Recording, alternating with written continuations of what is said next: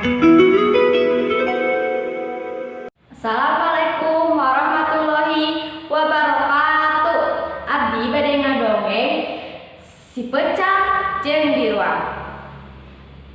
Aya hiji biruang coklat awak ngalintuh. Manehna sok kataji lamun ngadenge manuk licik disarada nyanyi galumbira. Biruang hayangan bisa kakawihan jeung heheotan, tapi manehna teu mampuheun. Dina hiji poe manehna kalangsu di kebon deket ti lemburan. Manehna hookeun nempo budak angon keur niuk suling, sorana halimpu naker. Biruang balik deui ka leuweung, tuluy nyaritakeun pangalamanana ka si Pecang. Hiji poe si Pecang ulin, manehna nepi kana dapuran awi. Kasabab capek, manehna ngaso di tempat eta.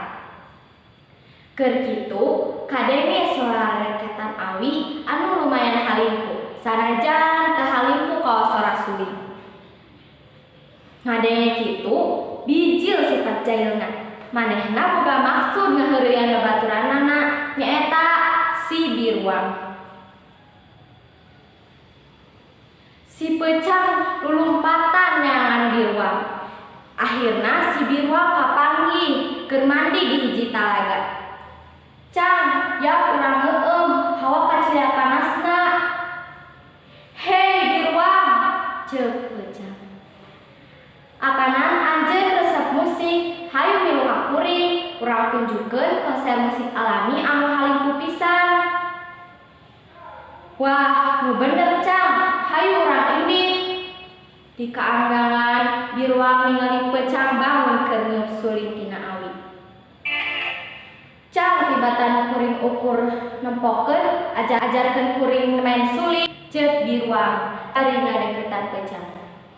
"Heug bae, sok elkeun letah anjeun, tapelkeun kana sela-sela awi anu panjang ieu," ceuk Pecang.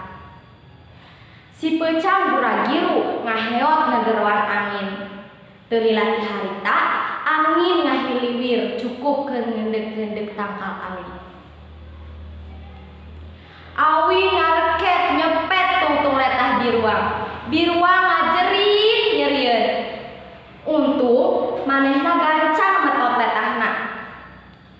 Si Biruang sadari yen dirina geus dibobodo ku si Pecang. Tapi manehna teu ambek. Sabab memang reketna suara awi teh kadengena halimpu pisan.